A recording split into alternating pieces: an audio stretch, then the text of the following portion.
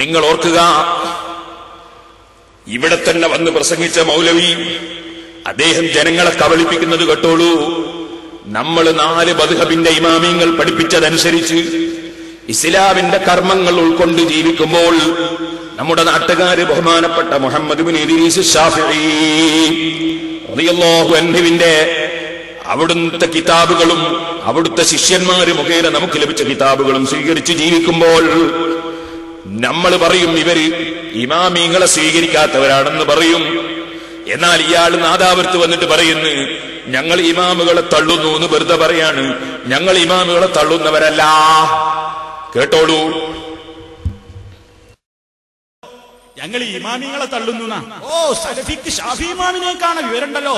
ഇവര് പറയാ ഷാഫി ഇമാമിനെ കാണാൻ വിവരാണല്ലോ സലഫിക്ക്. സുഹൃത്തുക്കളെ, ഞാനത് പറയുന്ന ആളല്ല. ഷാഫി ഇമാമിനെ കാണാൻ വിവരം എനിക്കുണ്ടെന്ന് ഞാൻ പറഞ്ഞിട്ടില്ല. ഞങ്ങൾ ഇമാമിങ്ങളെ തള്ളുന്നു. ഓ സലഫിക്ക് ഷാഫി ഇമാമിനെ കാണാൻ വിവരമുണ്ടല്ലോ. ഇവര് പറയാ ഷാഫി ഇമാമിനെ കാണാൻ വിവരാണല്ലോ സലഫിക്ക്. സുഹൃത്തുക്കളെ, ഞാനത് പറയുന്ന ആളല്ല. ഷാഫി ഇമാമിനെ കാണാൻ വിവരം എനിക്കുണ്ടെന്ന് ഞാൻ പറഞ്ഞിട്ടില്ല. അവർ ഇമാമിങ്ങളെ തള്ളുന്ന ആളല്ല കേട്ടോ. ഷാഫി ഇമാമിനെ കാണാൻ വിവരമുണ്ട് എന്നിട്ട് പറയുന്നില്ല കേട്ടോ.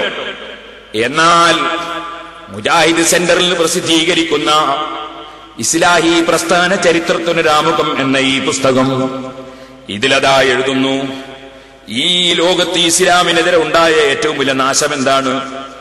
ഈ മൗലവിമാര് എഴുതുന്നു അവരുടെ പുസ്തകത്തിൽ, കേട്ടോളൂ. എന്നാൽ ഹിജ്റ 4-ാം നൂറ്റാണ്ടിന്റെ മധ്യമായപ്പോഴേക്കും വിശുദ്ധ ഖുർആനിനും സുന്നത്തിനും എതിരിൽ ഒരു പുതിയ ഭീഷണി ഉടലെടുത്തു. മദ്ഹബുകളുടെയും തഖ്ലീദിന്റെയും ആവിർഭാവമായിരുന്നു അത്. മദ്ഹബും തഖ്ലീദുമാണ് ഇവിടെ ഖുർആനിനെതിരെ സുന്നത്തിനെതിരെ ഉള്ള ഭീഷണി എന്ന് നിങ്ങൾ പ്രസിദ്ധീകരിക്കുന്ന പുസ്തകത്തിൽ നിങ്ങൾ എഴുതിയിട്ടില്ലേ? മാന്യത ആർക്കാണില്ലാത്തത്?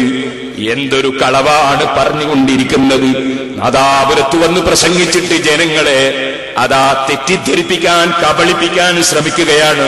ഞങ്ങൾ ഇമാമിങ്ങൾക്കെതിരല്ല എന്ന് പറഞ്ഞ് കബളിപ്പിക്കുകയാണ്.